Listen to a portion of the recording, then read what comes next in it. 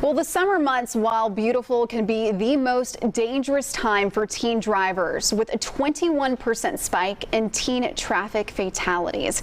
That means an estimated 1,200 young drivers will die over the next few months. It's so bad that traffic safety officials often call this time of the year the 100 deadliest days. So what can we do to keep teens safe? Joining me now from the National Road Safety Foundation is Michelle Anderson. Michelle, thanks so much for being with us today. Thank you for having me. Now, I really want to know, why is there a spike in teen crashes during those summer months?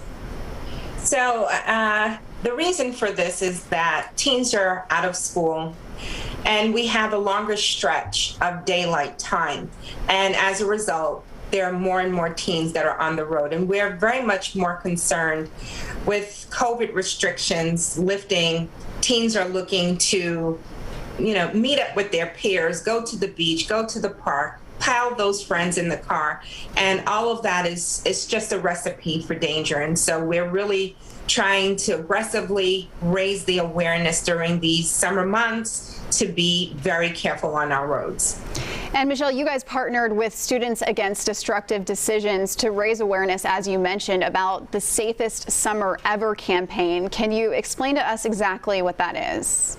So what better way will young people listen to a message of safety than to hear it from their peers? So we teamed up with one of the greatest teen safety organization, SAD, Students Against Destructive Decisions, and we're doing an aggressive social media campaign. We're on all social media platforms, and we're giving those tips. We're giving advice. We're giving certain information for both teens and parents on how they can be safer on our roads, especially during these 100 deadliest days.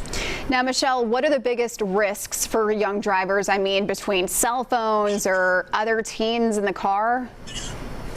All of those are risky, and yes, you're absolutely right. We have a very high rate of kids that are not buckling up. Distraction play a very huge role in teen crashes. It's very difficult as an adult to keep your mind on the road if you're engaged in a deep conversation or there are other people that are in the car talking. There have been times that you may have been even on a wireless device and you've been in a conversation and you missed your exit. So it's a little bit more challenging for a teen who's, one, inexperienced, and two, their brain is not fully developed to make those judgments. And so it is a recipe for danger. So you have speeding and you have a distraction, and all of those things play a factor in teen driving crashes. Now, Michelle, before I let you go, I want to ask you one last thing, just for parents. What can they do to keep their young drivers safe?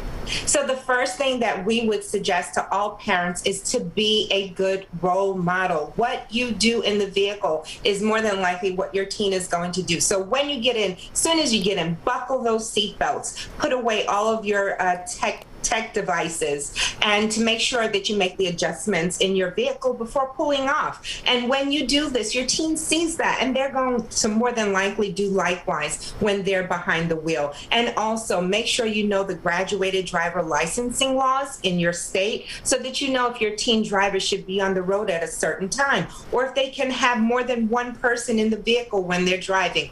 All of these things will help to prevent these crashes, these preventable, senseless crashes from happening on our roads. Michelle, thank you so much for your passion and all of this information, and hopefully it saves teens' lives and keeps these numbers from going up any higher. I appreciate your time today. I appreciate you getting the message out. Thank you. Be safe. Okay, and for more information, you can visit our website, fox5atlanta.com, and click on the Seen on TV tab.